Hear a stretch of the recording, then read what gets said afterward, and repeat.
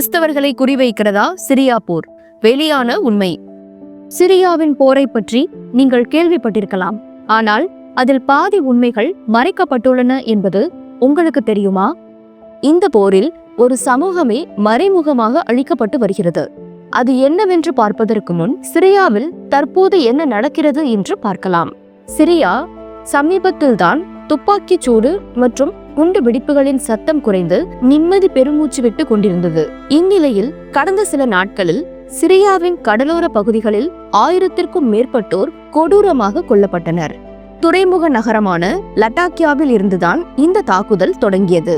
பதவி நீக்கம் செய்யப்பட்ட தலைவர் பஷார் அல் அசாத்துக்கு ஆதரவான ஆயுதமேந்திய கும்பல் பாதுகாப்பு ரோந்து படையினர் மீது துப்பாக்கிச் சூடு நடத்தினர். இது தற்போது இரத்த களரி மோதல்களாக வெடித்துள்ளது. அதற்கு பதிலடியாக தற்போது ஆட்சியில் உள்ள இஸ்லாமிய படைகள் அப்பாவி மக்களை குறிவைத்து தாக்குகின்றன. இதில் கிறிஸ்தவர்கள், அளவைட்டுகள் மற்றும் பிற சிறுபான்மையினர் இரக்கமின்றி கொல்லப்படுகின்றனர். சிரியாவின் கடலோர நகரங்களின் வீதிகள் வேட்டையாடும் இடங்களாக மாறிவிட்டன. பல குடும்பங்கள் படுகொலை செய்யப்பட்டதாகவும், திருச்சபைகள் இடிக்கப்பட்டதாகவும், வீடுகள் எரிக்கப்பட்டதாகவும் நேரில் பார்த்தவர்கள் கூறுகின்றனர். ஆயிரக்கணக்கானோர் இரவோடு இரவாக தங்களுக்கு சொந்தமான அனைத்தையும் விட்டுவிட்டு ஓடிவிட்டனர். உலகம் நம்மிடம் மறைக்கும் விஷயம் இதுதான். இது ஒரு மோதல் மட்டுமல்ல, சிரியா தேசத்திலிருந்து கிறிஸ்தவ விசுவாசிகளை இரக்கமின்றி அழிப்பதும் கூட. வன்முறையை தூண்டியவர்களா அல்லது பொதுமக்களா என்று கூட பார்க்காமல் 745 பேர் சுட்டுக் கொல்லப்பட்டனர். சிலர் சித்திரவதை செய்யப்பட்டு தெருக்களில் தூக்கிலிடப்பட்டனர். இதிலிருந்து பெண்கள் மற்றும் குழந்தைகள் கூட தப்பவில்லை.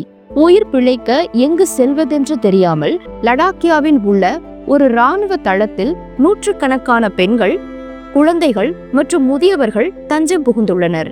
உலக தலைவர்கள் இந்த மோதலை எதிர்த்து வெறும் கண்டன வார்த்தைகளை வெளிப்படுத்தாமல் அர்த்தமுள்ள செயல்களாக மக்களை பாதுகாக்க வேண்டும். கிறிஸ்துவின் சரீரத்தின் ஒரு பகுதி துன்பப்படும் போது நாம் அனைவரும் துன்பப்படுகிறோம் என்று பைபிள் நமக்கு சொல்கிறது. கிறிஸ்தவர்களாகிய நாம் கிறிஸ்துவில் உள்ள நம் சகோதர சகோதரிகள் துன்புறுத்தலையும் மரணத்தையும் எதிர்கொள்ளும் போது அமைதியாக இருக்க முடியாது. நம் குரல்களை எழுப்பி ஜெபத்தில் ஒன்றிணைவோம். சிரியாவில் துன்புறுத்தப்பட்ட கிறிஸ்துவ மற்றும் பிற சமூகத்தினருக்காகவும் சேதமடைந்த திருச்சபைகளுக்காகவும் ஜெபிப்போம்.